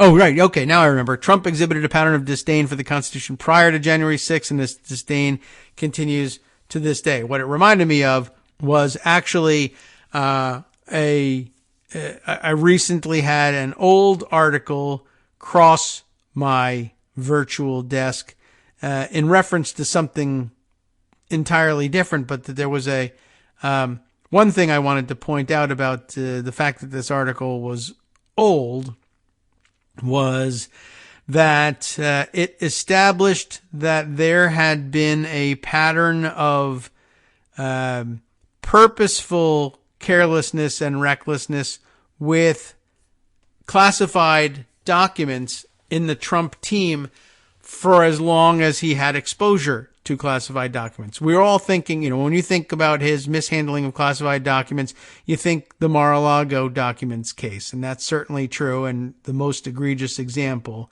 to date. But in the course of discussing something completely different, I think, if my recollection is correct, our Twitter friend, Der Wouter, made some comment to me, which was illustrated with another article, but he brought up this old article to illustrate a slightly different point, but this is a pretty good addition. A May 16th, 2017 article from U.S. News and World Report. I'm sure it was covered by other outlets at the time too, but this one was the one that was handy and had the handy headline as well. Again, May 2017. Trump transition. Remember, we had just transitioned from the Obama administration in January of 2017 to the then new Trump administration. Trump transition handling of classified info raised concern. From literally day one or even day -1 of the Trump presidency, they were mishandling classified information. Subheader tells the story. In the weeks before President Donald Trump took office, Obama administration officials were so concerned. How concerned were they? They were so concerned by the Trump transition team's handling of classified documents that they moved swiftly. Can you believe that? To exert more control over the sensitive materials. That does tend to take the air out of like the big, oh my God, they didn't arrest anybody. But yeah, I mean, think about the position they were in. They were essentially saying even before he took office, he was already violating all the laws with respect to classified information. I'll give you the details in a minute, and you could see why they didn't really do anything, because the excuse was at least available to them at the time. Look, Trump is widely known as a person who does not know what he's doing. We grant that. Certainly the case that he doesn't know what he's doing with respect to the presidency. So it may very well be the case that that he and the people around him don't know anything about it. It's certainly within bounds at that time even to claim they also don't really care to get it right. They have a great disdain for rules and rule following in general. But 4 years into it, certainly for anybody who thought, well, he'll grow in the job, we now find out that even after post-presidency, he's still violating every law he can with respect to handling of classified documents. So here's the details, just so you know. Julie Pace wrote it, AP White House correspondent, running here in the U.S. News and World Report. President Donald Trump's disclosure of classified information to Russian officials isn't the first time his team's handling of secrets has raised alarm bells. So again, a little bit of extra context. It is at the time of the writing, May 2017. The transition is well over, but he's in trouble for revealing classified information, this time directly to Russian officials again. And the story is, well, we shouldn't be surprised because even before he took office, he was mishandling confidential and classified information. And now we can hardly be surprised to find out that he's doing it after being in office as well. And of note, you might say, well, what happened in the 4-year stretch in between when he mishandled classified information in transition and then very early on in mishandling classified information when meeting with Russian officials? Very dangerous. And then for 4 years, everything was more or less good. And then once he was out of office, he started fooling around again. No, you should keep in mind that he was, in all likelihood, what kind of pattern is that? You really think that Donald Trump changed his behavior while he was president of the United States and stopped revealing classified information? No, the answer is he was revealing it all along and mishandling classified information every single day of his presidency. But because he was president, he couldn't be prosecuted for it, for one thing, because he could block the works and prevent the Justice Department from pursuing any investigations of his mishandling of classified information in several ways. One, just putting the kibosh on something that a politically controlled Department of Justice was doing. Two, the refuge of, well, you can't indict a sitting president anyway, so don't bother trying to investigate it. And three, the claim along the way that, hey, well, anything that you would ordinarily prosecute me for revealing because it's classified, I will imagine has been instantly declassified so that you can't get me for it. So what a story, though, eh? What a reminder. Specifically, what was he doing? In the weeks before Trump took office, the Obama administration officials were so concerned by the Trump transition team's handling of classified documents, they moved swiftly to exert more control over the sensitive materials. According to two former U.S. officials, they said the transition officials removed classified materials from secure rooms and carried them between buildings in Washington without permission. Oh, Trump. Hi, everybody. It's me, David. Let's change things up from the old fundraising pitch for just a minute and talk instead about how you can be a part of our show. If you've got a smartphone or any other electronic recording device, why not sit down and record a segment for us? Read us an important article and give us your take. Or read one of your own original essays, or even just give us your commentary on something you'd like to share that's important to you. Then send the file to me at kagrox@gmail.com, and I'll try and work it into the show. Short segments, a few minutes in length, are easiest to fit in. And of course, I can't always guarantee that I'll be able to play everything, but if you've ever shouted at your radio or TV about something you wish was being covered, here's your chance to change that. Make the show your own. Send your submissions to me at kagrox@gmail.com.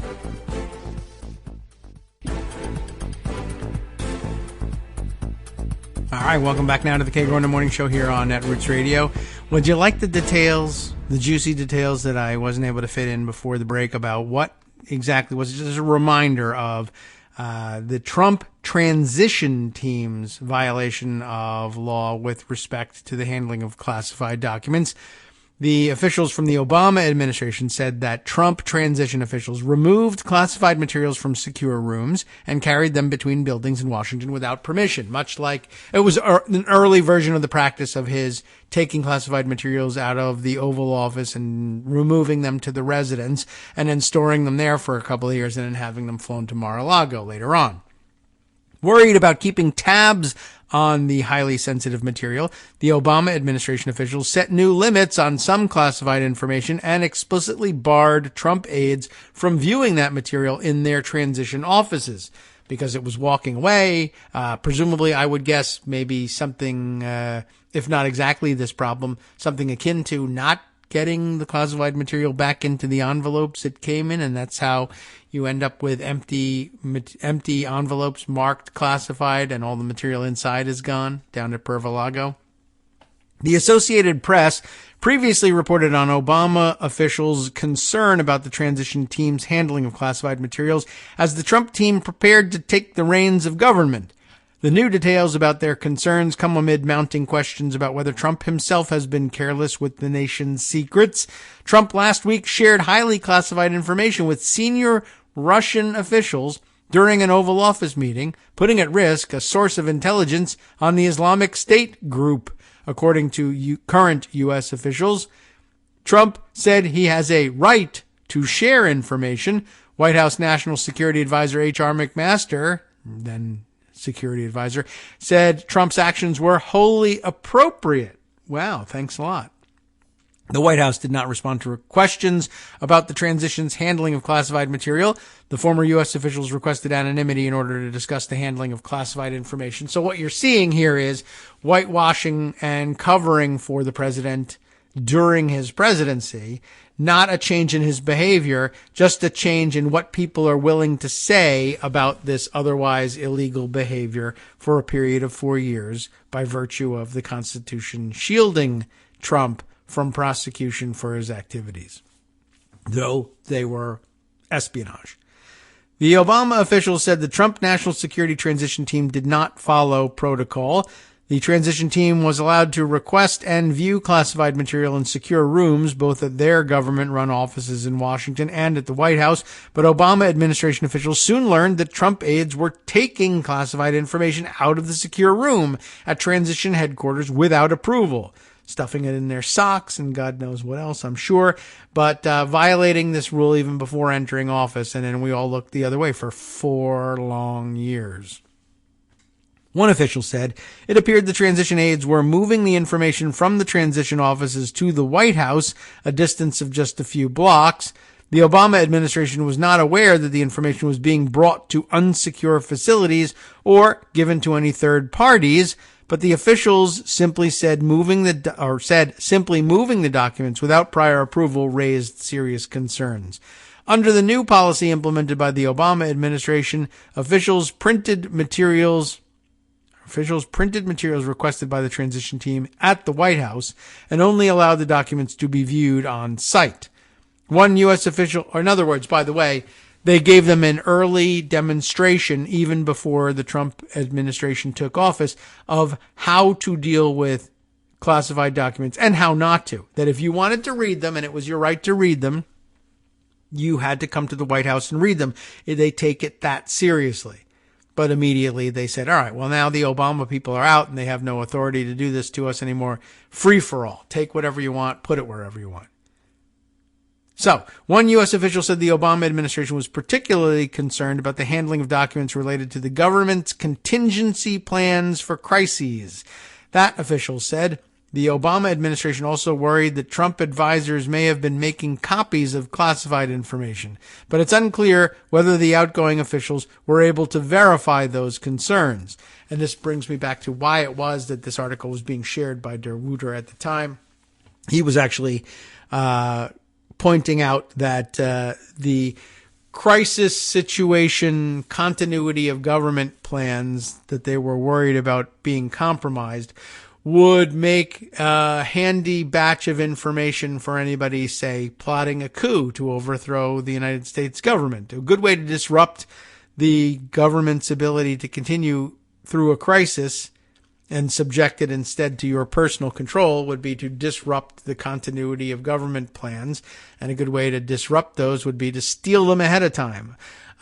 Seems like a bit of a stretch, perhaps, at the time to think that in March or rather in December 2016, January 2017, prior to even taking office in the first term, you were laying the groundwork for undermining continuity of government during a plotted coup for 2020. Of course, I'm sure they thought they were just going to win the election outright, but still worth thinking about if, you're doing a thorough job of investigating the crimes of the Trump administration.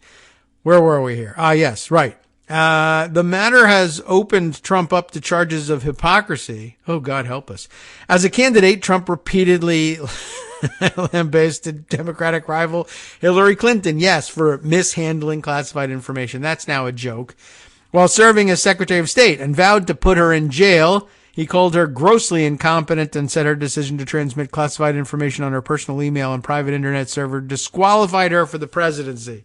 Doesn't disqualify him because he's awesome, blah, blah, blah. Former FBI Director James Comey called Clinton and her State Department advisors extremely careless in their handling of classified information, but he did not recommend pursuing criminal charges.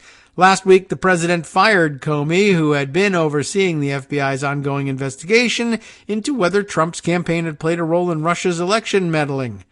Trump has faced criticism on this front before. In February 2017, while Trump was hosting Japanese Prime Minister Shinzo Abe, I guess we're doing it that way, or we were doing it that way in 2017 as opposed to Abe Shinzo. At his Florida resort, they discussed their response to a North Korean missile launch while eating dinner in the resort's public dining room. Diners were able to snap photos of the discussions and the leaders reviewing documents. The White House said Trump and Abe did not review classified information in the public setting, but now we have reason to doubt that. Then that was just something you would say to try to cover your ass at the time, whether it was true or not. Okay. Many other stories to share here. And I think you're waiting on a lot of them. Let's see. Why don't we share this one here? We got to get to this. Rebecca Romans had sent this on to us saying it was a good piece by Politico, believe it or not, a good piece in Politico, on the corrupt Clarence Thomas. This one of many angles in the writing over the past day or so, I guess stemming from the revelations of emails that John Eastman was eventually forced to turn over to the January 6th committee. And what Rebecca has done here is forwarded me the tweet from Duty to Warn. So they put their own spin on things here. The tweet that is focused on here. Trump's attorneys saying Justice Thomas would be, quote, our only chance to hold up the Georgia vote count from 2020 in Congress, and that Ginny spoke with Eastman and that Eastman clerked for Clarence. A damning piece. Good reporting by Politico. Let's see what's going on here. They focus on the Thomas part here too. I guess really we should probably have started with wider background about the emails. And I don't know, are they discussed here? Probably discussed, at least in passing, in this more focused article. But let's start here because it's in front of us. Trump, and you've heard, I'm sure by now, about these emails, his emails, not her emails, being circulated. Trump's lawyers saw Justice Thomas as, quote, only chance to stop 2020 election certification. So, of course, they turned to him. Subheader has this quote, I guess, from the email exchange. We want to frame things so that Thomas could be the one to issue some sort of stay or other circuit justice opinion saying Georgia is in legitimate doubt. Trump attorney Kenneth Chesebro wrote in an email exchange. Now, on to the body of the piece, written by Kyle Cheney, Josh Gerstein, and Nicholas Wu, published yesterday. Donald Trump's attorneys saw a direct appeal to Supreme Court Justice Clarence Thomas as their best hope of derailing Joe Biden's win in the 2020 presidential election, according to emails newly disclosed to congressional investigators. And then that quote, we want to frame things so that Thomas could be the one to issue some sort of stay or other circuit justice opinion saying Georgia is in legitimate doubt. Trump attorney Kenneth Chesebro wrote in a December 31st, 2020 email to Trump's legal team. Chesebro contended that Thomas would be our only chance to get a favorable judicial opinion by January 6th, which might hold up the Georgia count in Congress. No one else would be so biased as to possibly even entertain our stupid theory, is the subtext here. I think I agree with this, attorney John Eastman replied later that morning, suggesting that a favorable move by Thomas or other justices would kick the Georgia legislature into gear to help overturn the election results. The messages were part of a batch of 8 emails obtained by Politico that Eastman had sought to withhold from the January 6th Select Committee, but that a judge ordered turned over anyway, describing them as evidence of likely crimes committed by Eastman and Trump. They were transmitted to the Select Committee by Eastman's attorneys last week, but remained largely under wraps until early Wednesday morning.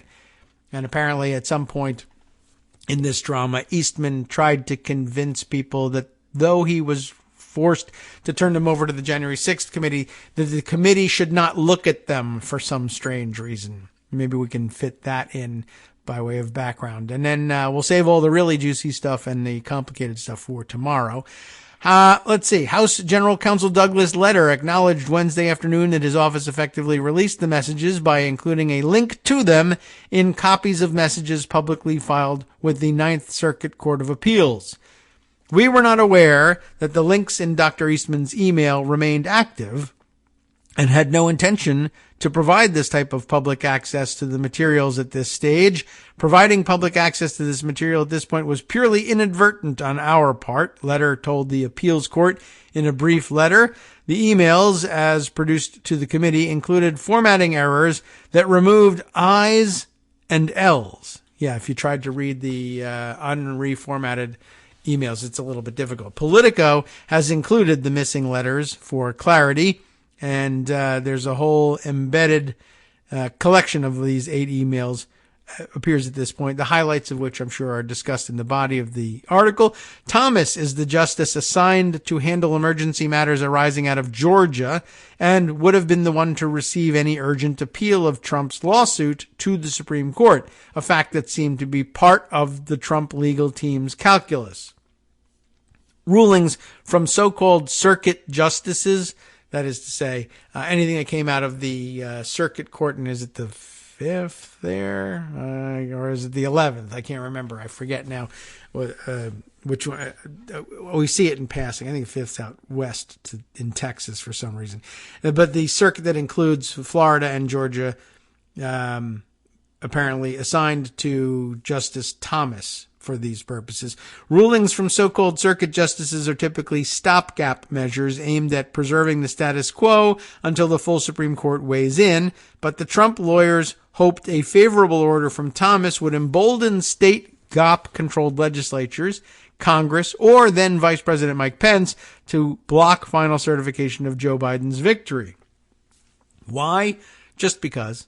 That's really it. A Supreme Court justice says it's a maybe, so we should just take his word for it and go for it. In another December 31st email, Cheeseborough explicitly laid out his strategy, if we can just get this case pending before the Supreme Court by January 5th, ideally with something positive written by a judge or a justice, hopefully Thomas, I think it's our best shot at holding up the count of a state in Congress, Cheeseborough said. In other words, Congress will go along with it if a Supreme Court justice says there might be some merit here. By the way, this was how they were spending their New Year's Eve, in case you were wondering what kind of dorks these guys are. Cheeseborough's emails continued to offer detailed strategy proposals about ways to delegitimize Biden's victory on January 6th and beyond. In one scenario, Cheeseborough proposed encouraging Senate Republicans to filibuster long enough to delay the joint session of Congress on January 6th, ignoring limitations on the length of debate. How do you like that, by the way? These things should be filibuster-proof because statutorily the amount of debate is limited, just for the same reason that there's no filibuster. No filibuster can block reconciliation. It's because there's a statutory limit on the number of hours of debate available in the House. And that's been considered inviolable, by people who believe in law. But I guess if you're throwing law out the window, just filibuster, despite the fact that there's a statutory limitation on the amount of debate there can be about electoral votes. Just keep doing it. Just keep going, because to hell with the law. That's interesting. Anyway, he also described how Trump allies could use inaction by the courts to build political pressure against Biden's inauguration. Hard to have enormous optimism about what will happen on January 6th. True. But a lot can happen in the 13 days left until then. And I think having as many states still under review, both judicially and in state legislatures, as possible is ideal. Cheeseborough wrote Trump campaign attorney Justin Clark on December 24th, 2020, Christmas Eve, but there he is. It's unclear how or whether Clark responded to Cheeseborough's message. The New York-based lawyer has been scrutinized by the January 6th Select Committee, as well as prosecutors in Fulton County, Georgia, who are investigating Trump's efforts to subvert the election there. The Trump team's efforts found virtually no traction at the high court. The only outward signs of dissension among the justices were mild, like a December 11th order where the court rejected a bid by Texas to challenge the vote counts in 4 other states. Thomas and Justice Samuel Alito issued a brief statement saying they'd have accepted jurisdiction over the case, but joined the other justices in denying Texas any relief. Eastman, an architect of Trump's last-ditch bid to subvert the 2020 election, once clerked for Thomas and had corresponded with his wife, Virginia, in the weeks before January 6th. Eastman played a central role in pressuring Pence to single-handedly subvert the 2020 election when he presided over the January 6th session of Congress, a legally required proceeding to count electoral votes and certify the election results. In his conversations with Pence's staff on January 4th and 5th, Eastman suggested that he believed Thomas would likely support their efforts. Eastman's emails, which he has fought to keep from the Select Committee, have yielded some of the most potent evidence against Trump's team, including a March 28th ruling from a federal judge declaring it likely that Trump and Eastman had criminally conspired to subvert the election. Federal prosecutors have also scrutinized Eastman, who pleaded the Fifth in testimony to the January 6th panel. FBI agents seized Eastman's cell phone in June as part of a wide-ranging investigation related to the efforts by Trump allies to undermine the election results. Ginny Thomas became the focus of congressional investigators after text messages emerged showing her urging Trump's chief of staff, Mark Meadows, to continue efforts to keep Trump in power despite losing the 2020 election. She interviewed with the January 6th panel earlier in the fall. The emails also shed new light on an effort to get Trump to sign documents connected to a December 31st, 2020 federal lawsuit challenging the election results in Georgia, including acute concerns Trump's lawyers voiced during that chaotic period that Trump might put himself in legal jeopardy if he attested to the voter fraud data contained in it. That's an interesting angle as well. I have no doubt that an aggressive DA or U.S. attorney someplace will go after both the president and his lawyers once all the dust settles on this, Eastman wrote in an email to two other private attorneys working on Trump election challenges, Alex Kaufman and Kurt Hilbert. After some exchanges, including with the Trump White House lawyer Eric Hirschman, the lawyers agreed they would remove some of the specific figures before Trump swore to the accuracy of the lawsuit. But they also debated whether the federal complaint should, quote, incorporate by reference the voter fraud data included in an earlier state-level lawsuit.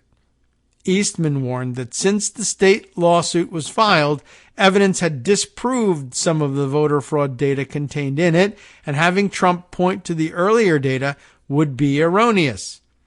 I know it is late in the day, but do we need to incorporate that complaint by reference? Eastman wondered. It's unclear how the other attorneys responded to Eastman, but in a separate email chain with additional lawyers, an intensive effort was underway to get the court filings in front of Trump so that they could be signed and notarized in time to file the lawsuit that evening.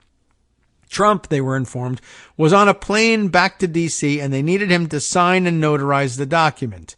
Trump attorney Cleta Mitchell said Trump's personal assistant had informed her they had no access to a notary until Monday.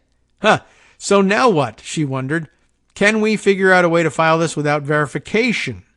Isn't that interesting? In other words, exactly the sort of situation that they would call voter fraud if somebody tried to file their absentee ballot this way. They're about to try to do that for a court filing about counting those ballots. Anyway, so now what? She wondered, can we figure out a way to do this without verification? There's no one they can call to come to the White House that's a notary. Chris Gardner, a Virginia attorney and former GOP House aide assisting the president's legal team, asked in an email sent just before 4 p.m. on New Year's Eve. I don't know how we file without it. Presidential trip to a UPS store? That's funny. They almost don't get this thing. I don't know. Maybe they don't get it filed.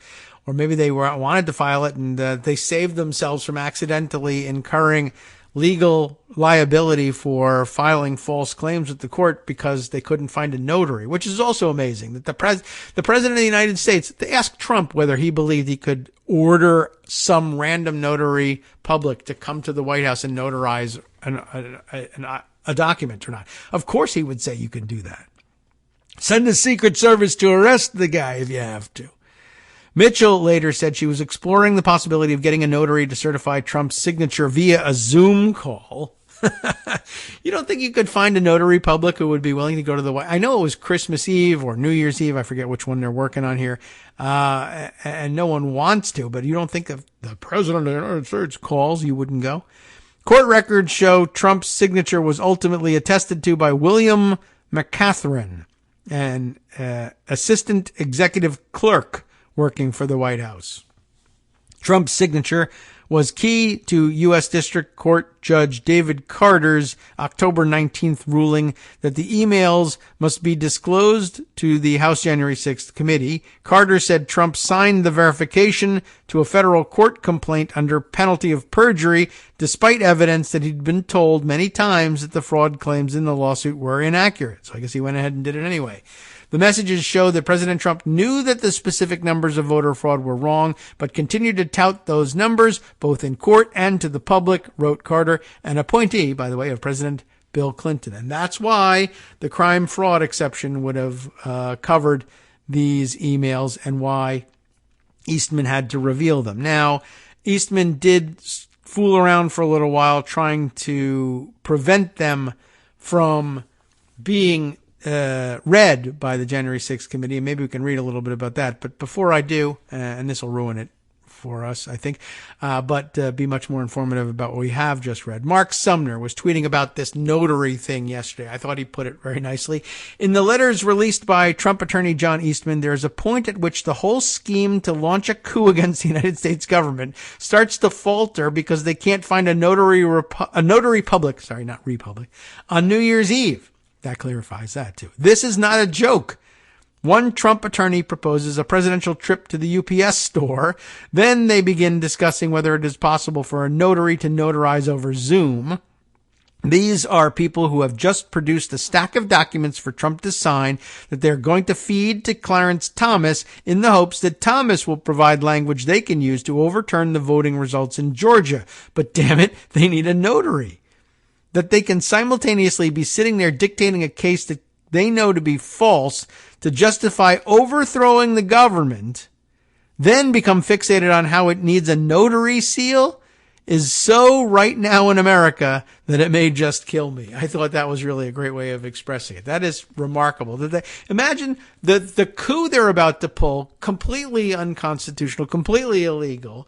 They're lying to the court and they know it. And they're like, we got to get it notarized. But they just want to stick to form. But Trump and paperwork, man, I am telling you. Speaking of Trump and paperwork, a story I won't get a chance to read to you today, but maybe we'll read it tomorrow. I don't know, just for fun, from Bloomberg News. Over in the New York case against the civil case against the Trump organization, Alan Weisselberg apparently on the stand. And I guess at some point in all the proceedings, Trump must have denied any knowledge of having paid for Weisselberg's apartment and other fringe benefits that they used as a scheme for avoiding taxes, et cetera, et cetera. And apparently the prosecutors got their big moment and they basically confronted him with the lease on the apartment. Mr. Weisselberg, whose signature is on the lease for this apartment? And you could probably show that one to the jury and they would have been able to guess too. Donald Trump has kind of a famous, outstanding, different looking signature. Donald Trump signed the lease on Alan Weisselberg's apartment, but knew nothing about it somehow. We'll see about whether that stands up. I doubt it. Not the most important thing in the world. Then the last minute or so, maybe I can take a quick look here at something from Talking Points memo. I was intrigued by the title that they gave it. No looksies. John Eastman upset. The January 6th committee perused the emails he gave them. He had to give them those. Emin Yusil, from not totally mangling this name, is the reporter for TPM. In a Sunday filing, former Donald Trump attorney John Eastman, one of the key architects of Trump's efforts to overturn the election, disclosed that he complied with the federal district judge's order and provided the January 6th committee with a Dropbox link that contained the 8 emails he had been refusing to share. In the same email he provided the link, he also asked the committee members not to look at the documents attached until he had a chance to file an appeal. The House Select Committee went right ahead and looked anyway. Oh, too bad. In a letter to Eastman, a lawyer for the House Committee, which has been fighting to get the records for months, told Eastman they downloaded and examined the documents. I am hereby formally alerting you that when you provided the relevant documents from Professor Eastman earlier this evening in the case, the Select Committee downloaded and examined all of those documents. Committee Counsel Douglas Letter wrote, Eastman included letters, emails with his appeal. The emails are part of several thousand documents that Eastman and the House Select Committee investigating the Capitol attack have been fighting over in court. A few weeks ago, U.S. District Court Judge David Carter ordered Eastman to deliver several documents, including these 8 emails, to the Select Committee after ruling they were not protected under attorney-client privilege. We all know that story. Eastman is now asking the Ninth Circuit Court of Appeals to stop the Select Committee from further examining the records and to make the committee return or destroy them. But now we've read them. While a stay barring the production is no longer available, an order directing the return or destruction of the documents and barring further use of them pending the appeal remains a viable remedy. Eastman's attorney, Anthony Casso, wrote in the filing. According to Judge Carter, who initially ordered Eastman to release the documents, the emails might give insight into and evidence of a likely crime committed by Trump during his efforts to overturn the 2020 election. Now we know what that crime is. According to Judge Carter, one of the emails indicates Trump signed legal documents attesting to the accuracy of supposed voter fraud data, which he knew to be faulty. Other emails include communication between Trump attorneys that might demonstrate an effort by President Trump and his attorneys to press false claims in a federal court for the purpose of delaying the January 6th vote, wrote Judge Carter. He also said the emails in question include discussions between Trump lawyers indicating that a primary goal of filing lawsuits was to delay or otherwise disrupt the congressional vote to confirm Joe Biden's victory in the presidential elections. In other words, that there was no filing with any good faith thinking that they might actually prevail in the case. They were just filing cases so that there were obstacles in the way of the certification of the vote on January 6th. Not that they were serious obstacles, just that they were there. They were just throwing them up there with no good faith effort to actually win the case. But if they happen to win the case, terrific. Like if they happen to get in front of Justice Thomas and he would issue them the stay they wanted, that was great news too. And if he wanted to vote with them on the Supreme Court, hey, sure, we'll take that. Why not? Very interesting. Well, that didn't work, did it? Radio.com. You have been listening to Kagro in the morning with David Waldman. All right, we still got Friday ahead of us, so lots more to get through. A lot of stories I didn't get to today, a lot of detail to share with you. Some of it, damning. Some of it caused some despondency. But hey, lift your spirits first. Stay tuned right here on Netroots Radio for Justice Putnam and the West Coast Cookbook and Speakeasy next. We'll ruin your day tomorrow.